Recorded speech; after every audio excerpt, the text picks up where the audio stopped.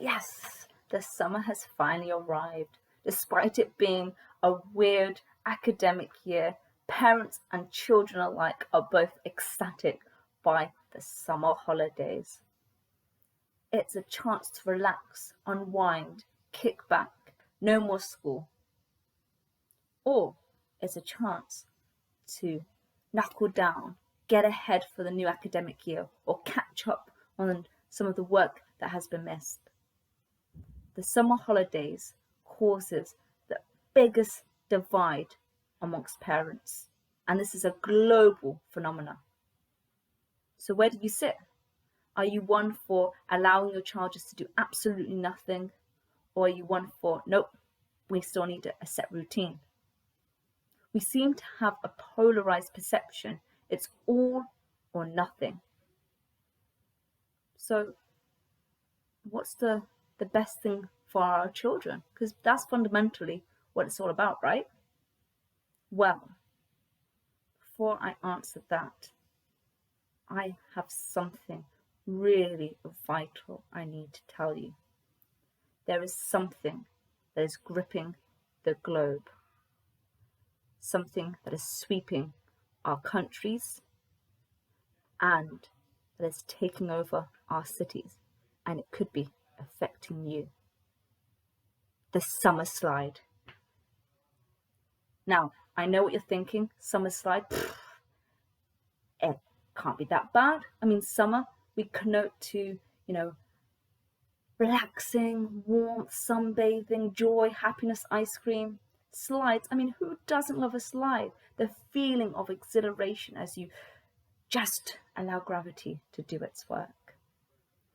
But the summer slide relates to the descent and plummet of your children's knowledge. The summer slide is alive and well, and it could be knocking at your door. So what is the summer slide? As I said, it is the losing of knowledge over the summer holidays. And before we look at what is best for our children to relax and do nothing, or to study and do lots, let's look at what the summer slide is. So we have research spanning a whole century from around the world. 1906, educator in America called White documented how children just before the summer holidays performed well in standardized tests. After the summer break, in the autumn term, same standardized test, their grades were significantly worse.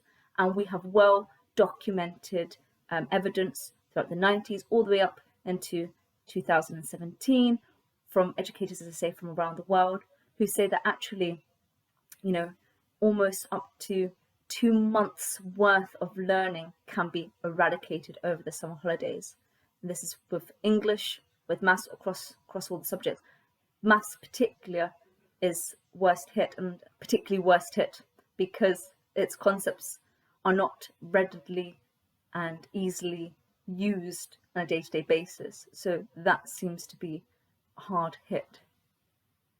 So now that we know that it's a real thing and it's global, what can we do about it? Well, hold your horses. Do not just go and sign your kid up to an intensive course. That's not the solution here. What is taking what's called a growth mindset.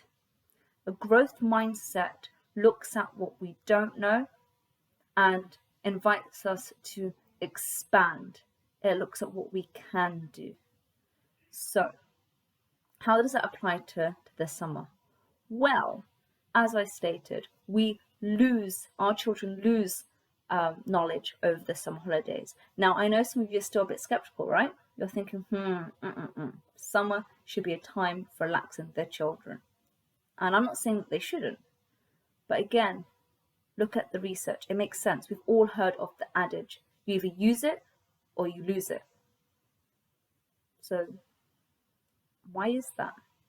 And some of you might be thinking, well, that's true. But again, I know for a fact there are definitely things that I can remember without having to use it, without having to practice it.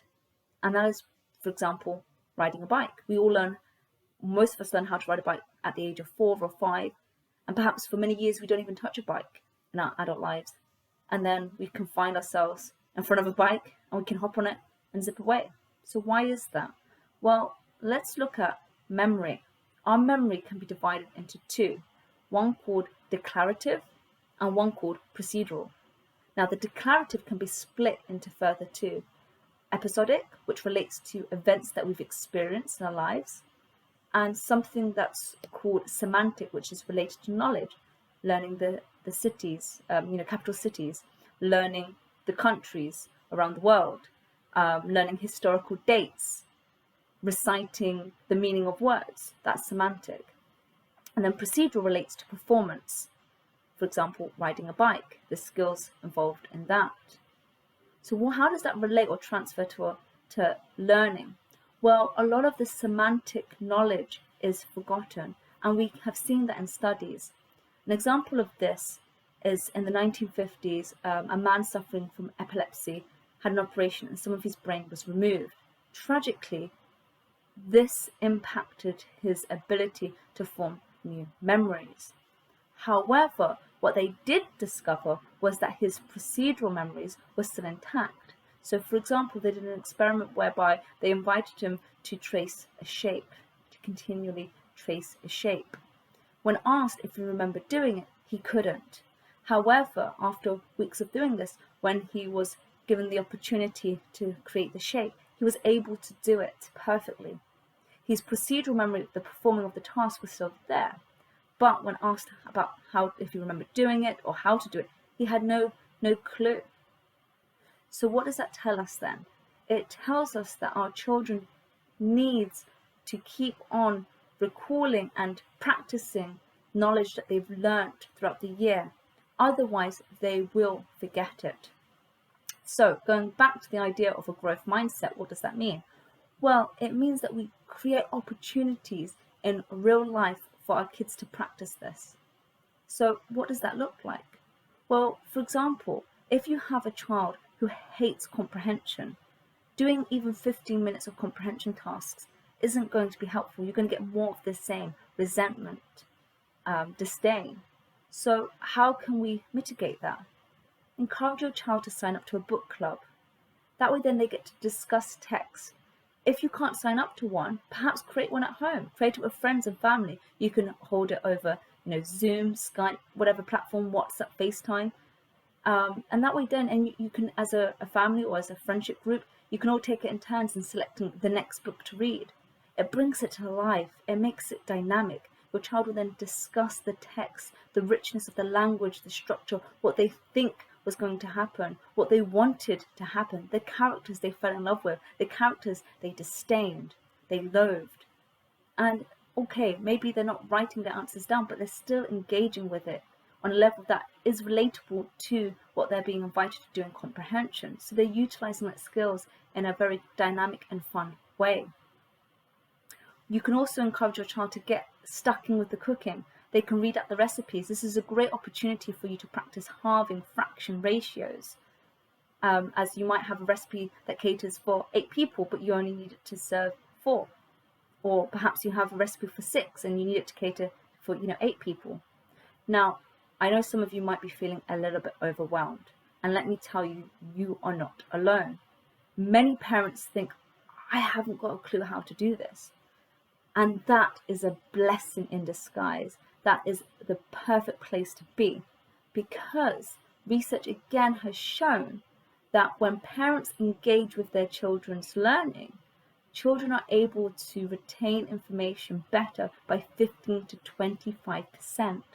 So this is an opportunity for you to engage in their learning. How? By admitting to them, do you know what? I don't know how to do this, but we're going to discover how to do it together. And that's also embodying growth mindset, because what you're teaching your child is it's okay not to know something. It's okay to make mistakes. That isn't going to limit you, because you can go past that. You can go beyond your current experiences, and you're going to look for ways and solutions for that problem. What a powerful lesson for your child.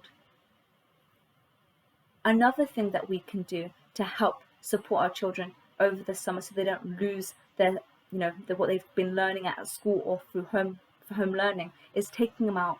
Family trips out are a vital way to do it. Going to theme parks, zoos, aquariums. Perhaps because of lockdown you're unable to do it or it's not safe. Do it virtually. A lot of places have online facilities. Art, you can look at art online, you can look at exhibits online. Watching David Attenborough, with his geography programs, animals, the world. Engage with that, but that doesn't mean just putting it on and then allowing your kids to have at it. No, it means you participate with them. How? Asking them open-ended questions. Again, research has shown that when parents ask their children open-ended questions when looking at exhibits or art galleries, their children are better able to retain information. Now, some of you may have children who are, special educational needs, and they may really struggle with concepts, or maybe your child is a little bit behind. Now, this is not an excuse then to just go and throw them in a summer class or summer school. No. What you might want to do is have a tutor, or you might want to have a program in place, but again, have it only a few hours a week. That way then you allow them to still have that input which they need, but without taking away from all of the other activities that they can be doing and applying it to real life settings. Now, some of you may have children who are in the autumn preparing for exams, the 7+, the 11+, maybe they're doing a GCSE reset, maybe they are in their final years of GCSE, A-levels or IGCSEs. And so you think, well, actually, no, they need to study. Now, for the 7+ and 11+, everything that's been discussed in this vlog in terms of, a book club or, using math concepts in cooking, all of this will help facilitate that. However, what you might want to do is, again, spend a couple of hours a week honing in on specific concepts or going over exam papers. But again, it shouldn't be, rigid. It shouldn't be an excuse to set up a draconian school system at home over the summer. Not at all. It shouldn't be so intensive. A little often is better than intense, strong intensity.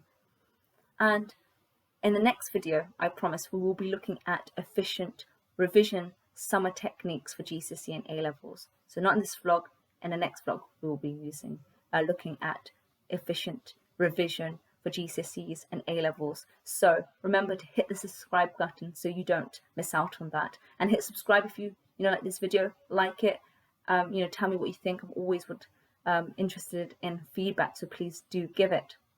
Now, overall then, what have we been discussing here? So we've been discussing the dreaded summer slide. It is real. Your children will lose knowledge up to 2 months worth if you do not act now. However, it doesn't mean draconian methods of classroom systems and intense tuition, not at all. It means being involved in your child's learning by showing an interest, admitting when you don't know something so you can work it out together, allowing them to utilize their skills in real life settings, encourage them to take up something novel. For example, if they don't usually do dance classes, allow them to participate in that. Not only will they learn new skills, but again, you can encourage them to think about it dynamically. If they've enjoyed the dance classes, write a review for them. It benefits that dance club, school, or whatever it is. It allows your child to, have fun, be creative. They can also then look at other reviews so they know how to structure it, what language to use. Perhaps your child has an interest in paleontology or geology. Allow them to go and, explore that. Again, they will be using skills such as reading, researching. So they're utilizing skills from their learning, either at school or home learning, but they'll be doing it in a way that could spark something off in them. It might spark off an interest that will drive their, future careers. It might be something that actually is going to change their lives. So allow them to take up something novel over the summer. Take up a hobby, playing a musical instrument, learning to sing. Encourage them to do things that are a bit more hands-on, a bit different. So for example, if there is a camp that is, hands-on science exploration, well, let them do that.